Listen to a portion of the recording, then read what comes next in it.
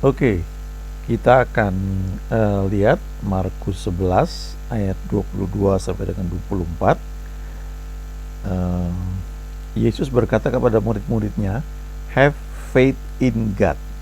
Have faith in God. Ada terjemahan lain yang mengatakan have the faith of God, ya. Have the faith of God. Milikilah imannya Allah, ya. Ada juga yang menerjemahkannya have the faith of God atau have the faith in God, ya. Kalau yang ini ada juga yang menerjemahkannya have the faith of God, ya, seperti yang saya bilang tadi. Jadi milikilah imannya Allah. Ini satu anjuran, satu ajakan dari Yesus untuk kita ini memiliki imannya Allah, ya.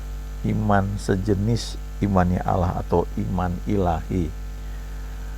Menarik sekali karena sebenarnya ini satu momen ketika Yesus itu, kalau kita baca di pasal-pasal sebelumnya, ya, di ayat-ayat sebelumnya, Yesus dan murid-muridnya melihat bagaimana waktu itu ada pohon ara, ya.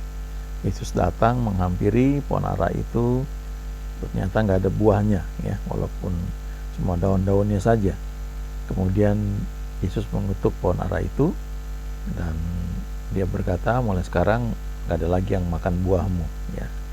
Dan kemudian pohon ara itu kering, ya, pada saat dia ucapkan itu. Tapi karena sudah kering tapi masih ada aliran makanan, ya, butuh waktu sampai betul-betul kering. Nah, ketika murid-murid lewat lagi, pohon ara itu sudah kering. Petrus ngomong, ya, "Rabi, itu pohon ara yang kau kutuk sudah kering." Lalu di ayat 22 Yesus berkata di sini, ya, Yesus menjawab mereka, "Percayalah kepada Allah." Nah, dalam bahasa Inggrisnya itu adalah have faith in God atau have the faith of God, ya, atau have God's faith, ya, milikilah imannya Allah. Ini menarik karena ketika dia berkata seperti itu, artinya kita itu bisa, ya, karena dia yang menawarkan, ya, tapi kamu perlu punya kerinduan untuk bisa memilikinya, ya, untuk bisa cukup kuat, ya. Keinginanmu tuh harus cukup kuat sehingga hal itu bisa terjadi, ya, memiliki imannya Allah. Nah, sekarang kita baca lebih lengkap, ya, supaya kita bisa dapat gambar yang lebih utuh. Dari ayat 22, ya, sampai dengan 25. Ini banyak hal bisa kita pelajari di sini. Yesus menjawab mereka, "Percayalah kepada Allah," atau have the faith of God, atau have faith in God. "Aku berkata kepadamu, sesungguhnya barang siapa berkata kepada gunung ini, beranjaklah dan tercampaklah ke dalam laut, asal tidak bimbang hatinya, tetapi percaya bahwa apa yang dikatakannya itu akan terjadi, maka hal itu akan terjadi baginya. Karena itu aku berkata kepadamu, apa saja yang kamu minta dan doakan, percayalah bahwa kamu telah menerimanya, maka hal itu akan diberikan kepadamu. Dan jika kamu berdiri untuk berdoa, ampunilah dahulu sekiranya ada barang sesuatu dalam hatimu terhadap seseorang, supaya juga Bapamu yang di surga mengampuni kesalahan-kesalahanmu." Kita lihat di sini, ya, ketika Yesus berkata percayalah kepada Allah, lalu dia jelaskan, ya, bagaimana yang dimaksud dengan percaya kepada Allah, atau dalam bahasa Inggrisnya itu have the faith of God, milikilah imannya Allah. Lalu dia jabarkan imannya Allah itu adalah seperti dia beri contoh ini. Barang siapa berkata kepada gunung ini, ya, dia tunjuk satu gunung, beranjaklah dan tercampaklah ke dalam laut, ya, asal tidak bimbang hatinya, tapi percaya bahwa apa yang dikatakannya itu akan terjadi, maka hal itu akan terjadi baginya. Jadi dia mau jelaskan the faith of God itu, atau imannya Allah itu adalah percaya, ya, lalu berkata, ya, mengucapkan apa yang dia percaya itu. Nah, diambil contoh di sini adalah berkata pada gunung ini, ya, beranjaklah dan tercampaklah ke dalam laut, lalu percaya pada apa yang dia ucapkan itu, ya, maka hal itu akan terjadi, ya. Nah, pertanyaannya, apakah kita perlu memindahkan gunung, ya? Setahu saya ya nggak tahu kalau di tempat-tempat tertentu ya, tapi di tengah-tengah dunia di mana kita sudah tinggal seperti saat ini, rasanya kita tidak perlu memindahkan gunung itu secara fisik, tetapi orang banyak menganggap ini gunung-gunung persoalan, ya, gunung-gunung pencobaan yang dihadapi, atau gunung hutang dan sebagainya, ya.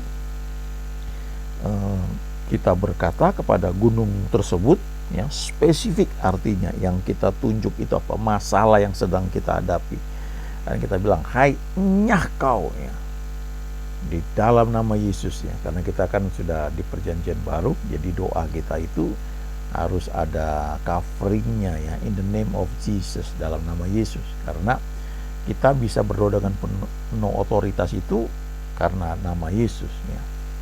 Lalu kita percaya pada apa yang kita ucapkan itu, maka hal itu akan terjadi, ya. Kadang-kadang bisa langsung terjadi, kadang-kadang butuh waktu. Misalnya kalau ketika dulu saya ingat ya, masih SMA, ada teman saya yang rajin ke persekutuan doa pagi di SMA, ya. Dia cerita bagaimana ketika dia naik bajai, ya, pada masa itu kalau ke sekolah kan kadang-kadang ada yang naik bus, ya, tapi dia cerita satu ketika dia naik bajai ke satu tempat dan hujan, dan ketika dia mau turun dia perintahkan hujan itu berhenti, dan dia bilang hujan itu berhenti, ya. Jadi dia perlu hujan itu berhenti karena dia mau turun, dia sudah sampai di tempat tujuan, ya. Jadi dia berkata spesifik kepada apa yang dia inginkan itu dalam nama Yesus, ya, berhenti hujannya, dan hujannya berhenti, ya. Lalu dia turun, ya. Saya nggak tahu apakah setelah itu hujan lagi, karena sebenarnya kan dia cuma perlu waktu dia turun dari bajai. Nah, ada yang bisa langsung seperti itu, tapi ada yang ketika dia sudah ucapkan, dia akui, tapi belum kelihatan hasilnya. Nah, itu ujian di situ yang perlu kita hadapi, ya. Kebimbang itu suka muncul. Nah, tapi kita perlu belajar tetap percaya, ya, apa yang kita katakan itu sudah terjadi, ya. Nah, baru Yesus kasih tahu, ya, kalau kamu punya iman model seperti itu, ini praktiknya, ya, aplikasinya. Karena itu aku berkata kepadamu, apa saja yang kamu minta dan doakan, apa saja dikatakannya, percayalah bahwa kamu telah menerimanya, maka hal itu akan diberikan kepadamu. Jadi sebenarnya waktu kita putuskan percaya, ya, itu di dalam dunia rohnya itu sudah terjadi, ya, di heavenly places-nya sudah terjadi. Lalu bagaimana kita bisa menarik itu ke alam nyata? Yaitu ketika kita percaya, ya. Dan ini yang kadang-kadang mungkin kita terhambat, ya, itu adalah bagaimana kita melihat apa yang kita percaya itu dalam alam imajinasi kita, ya. Sampai itu kita pertahankan terus sampai itu terwujud dalam alam nyata, ya. Kalau kita seorang arsitek atau seorang interior designer, ya, kalau kita ada orang minta digambarkan, ya, interior kamar kita atau ruangan dari rumah kita, maka dia akan mulai menggambarkan. Kita kasih tahu kita pengen ide seperti ini, dan dia mulai gambarkan. Awalnya sebenarnya dia gambarkan dalam alam imajinasi dia, baru dia tuangkan gitu, ya, sehingga akhirnya itu bisa terjadi satu gambar yang menunjukkan apa yang mau dibangun, ya. Jadi itu prinsipnya sebenarnya kayak itu, ya.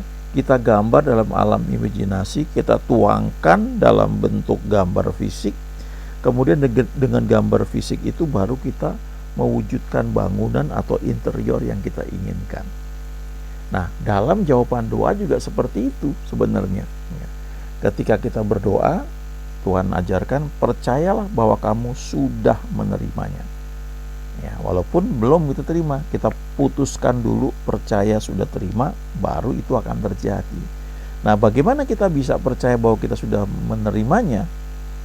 Ya, kita bisa ucapkan lewat perkataan kita, yes, aku terima itu. Tapi kemudian kita izinkan Roh Kudus mengajari kita. Waktu kita katakan aku terima itu, imajinasi kita itu sudah melihat bahwa hal itu sudah terjadi, ya, sudah kita terima. Nah, kemudian butuh waktu untuk itu terwujud.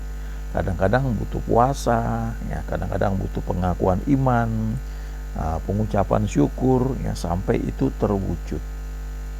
Ada seorang hamba Tuhan, ya, dia rupanya ada tumor, ya, kanker di telinganya. Dan saya sudah pernah dengar dia cerita bagaimana dia bilang dia nggak begitu menaruh perhatian, ya, pada telinganya yang sedang ada serangan kanker itu, ya. Nah, dia bilang saya sudah berdoa dan saya percaya saya sudah terima itu, walaupun faktanya itu masih kelihatan, ya, kankernya itu di telinga dan berdarah juga, ya. Dan teman-temannya, rekan-rekan pelayanan yang juga dokter tuh menyarankan untuk dia itu periksa, ya, ke dokter dan dioperasi, dipotong. Tapi dia bilang enggak, saya percaya saya sudah sembuh gitu. Lalu setelah di tempat ketika dia khotbah lagi tempat lain, saya dengar dia saksikan lagi hal itu. Tapi terus dia bilang begini, ya, rupanya itu butuh waktu bertahun-tahun, ya. Dia bilang, Tuhan, saya sudah percaya bahwa saya sudah sembuh karena firman-Mu katakan demikian. Tapi orang-orang lain ini nggak percaya. Jadi tolong Tuhan buktikan bahwa ini memang sudah terjadi, ya, sudah sembuh. Dan gak lama setelah itu sembuh dan betul-betul sembuh sekarang. Belakangan saya baru tahu, ya, setelah saya lihat dia di video yang lain, ternyata itu butuh waktu 6 tahun, ya, dari sejak dia pengakuan itu. Ketika dia berdoa, dia tengking kanker itu, ya, dalam nama Yesus, ya. Lalu dia percaya, tapi belum terwujud dalam dunia fisiknya tuh belum terwujud, ya, butuh waktu. Dan kemudian ketika ada satu acara pelayanan, dia didoakan sama seorang hamba Tuhan yang lebih senior, dan hamba Tuhan ini juga tengking itu penyakit kanker yang di telinganya itu. Bahkan sampai katanya darahnya tuh kena ke pakaian si hamba Tuhan senior yang mendoakan. Nah, beberapa minggu setelah didoakan itu, kankernya itu hilang begitu saja. Nah, ini contoh yang mungkin, ya, sudah istilahnya advance, ya. Bayangkan 6 tahun continue percaya bahwa doanya sudah dijawab, ya, baru akhirnya setelah 6 tahun baru terwujud, ya.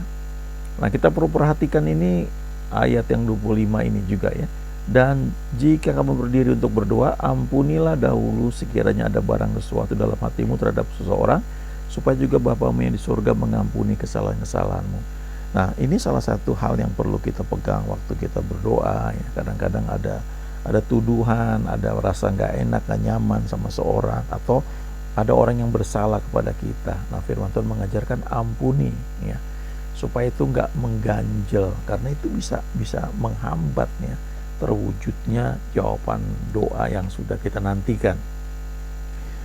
Nah, saya pernah baca juga ada satu hamba Tuhan namanya Smith Wigglesworth, ya, dia itu KKR luar biasa, ya, mujizat kesembuhan terjadi luar biasa.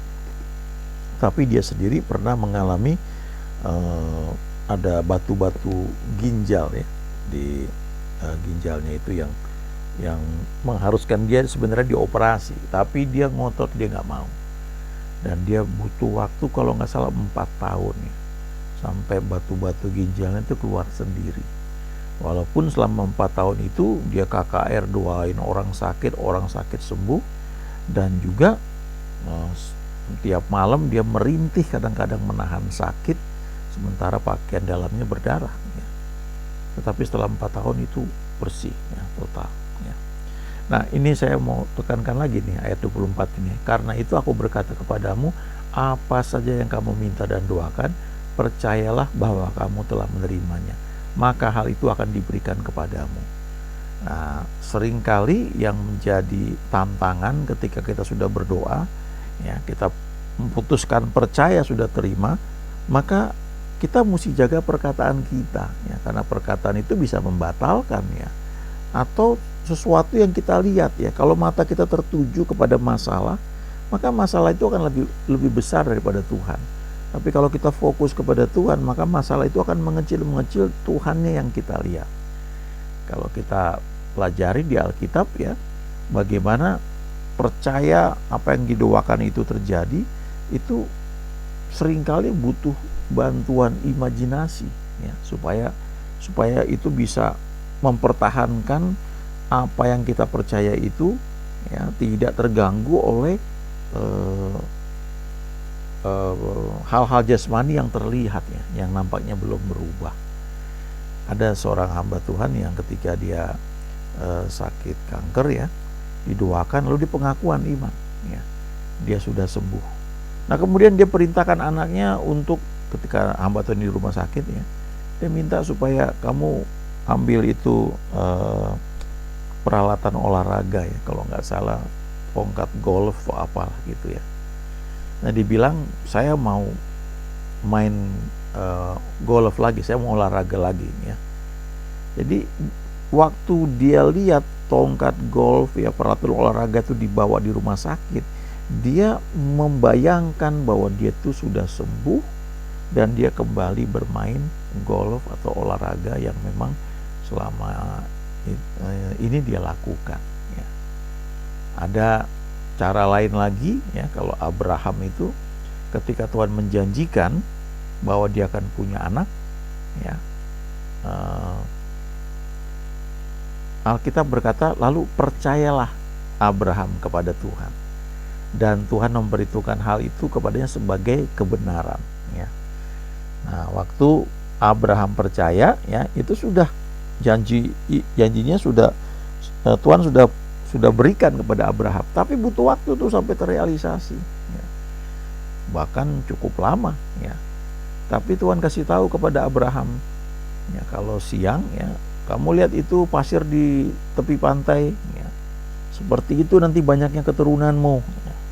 Lalu kalau malam Tuhan bawa Abraham lihat langit, coba hitung bintang-bintang yang ada itu, ya, kalau kamu dapat menghitungnya, karena nanti keturunanmu jumlahnya sebanyak itu. Nah, itu apa maksudnya tuh? Imajinasi, ya.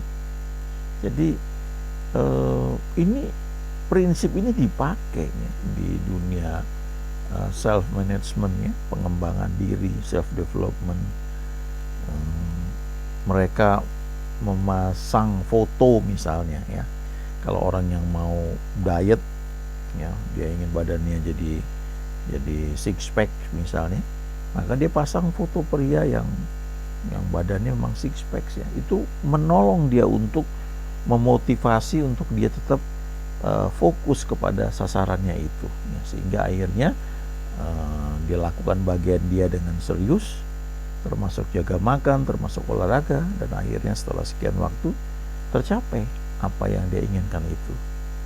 Nah, jadi prinsip menggunakan imajinasi ini di Alkitab banyak sekali, ya.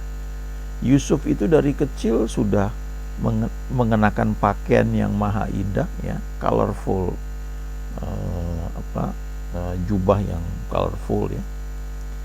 Itu menolong dia untuk berimajinasi bahwa someday nanti dia tuh menjadi orang yang sangat istimewa, seorang penguasa. Hana juga buat itu kepada Samuel anaknya. Dia tidak hanya minta anak laki-laki, tapi dia mau anaknya itu jadi hamba Tuhan, jadi nabi, jadi nazir Tuhan. Jadi dia selalu buatkan pakaian, baju efod untuk dikenakan pada Samuel, untuk mengimajinasikan bahwa anaknya ini akan jadi nabi, jadi pelayan Tuhan dari sejak kecil, ya. Jadi ayo belajar percaya, apa yang kita doakan kita terima, maka realisasinya akan terjadi. Haleluya, amin.